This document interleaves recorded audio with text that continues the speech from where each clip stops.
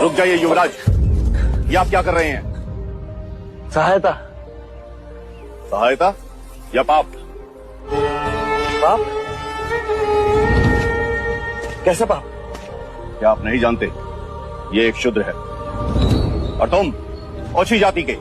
युवराज को रोकते तक नहीं, दंडवत होके क्षमा मांगो युवराज से।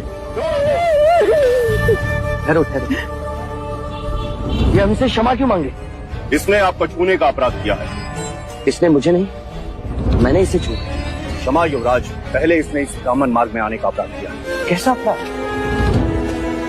ये मार्ग सबके लिए है। ये सृष्टि, ये जल, वायु, मिट्टी, ये ईश्वर का अपराधी है और इसे दंड मिलना चाहिए। उसी ईश्वर ने इसे बनाया है जिसने तुमको, और यदि ये ईश्वर का अपराधी है तो इसे ईश्वर ही दंडित करेगा।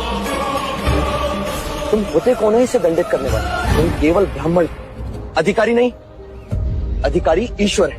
अब युवराज, हम इस सृष्टि पर ईश्वर का प्रतीक हैं, इस धरती पर भगवान का रूप हैं।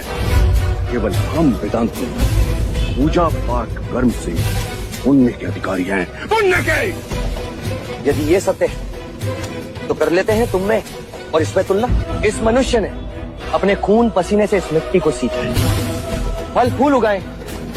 क्या तुम्हारे वेदांत इन्हें मुरझाने से रोक सकते हैं? क्या तुम इस धरती पर भगवान का प्रतीक, इस फंसे हुए पहिए को बिना हाथ लगाए निकाल सकते हो? आप हमारा अपमान कर रहे हैं युवराज। अपमान तो आप इस मनुष्य का कर रहे हैं। मत बोलिए युवराज, आप धर्म पर विवाद कर रहे हैं, धर्म पर। मैं मनुष्यता को बचा रहा हूँ विप्र। विवाद धर्म पर नहीं, धर्म के नाम पर उठ रही घृणा पर, वर्ण कर्म के अनुसार, ना कि धर्म के अनुसार। धर्म सबसे श्रेष्ठ है युवराज, सबसे श्रेष्ठ, जो मनुष्यों को अपनी मर्यादाओं से परिचय करवाता है, परिचय करवाता है। उस धर्म को बनाया किसने? मनुष्य ने। हम कहते हैं कि हम सब मनु की संतान हैं, ब्रह्मा के वंशज। क्या कभी आपने शंकर की जाति को पूछा? कभी आपने ब्रह्मा के गोत्र को पूछा? या कभी विष्णु के वर्ण को पूछा?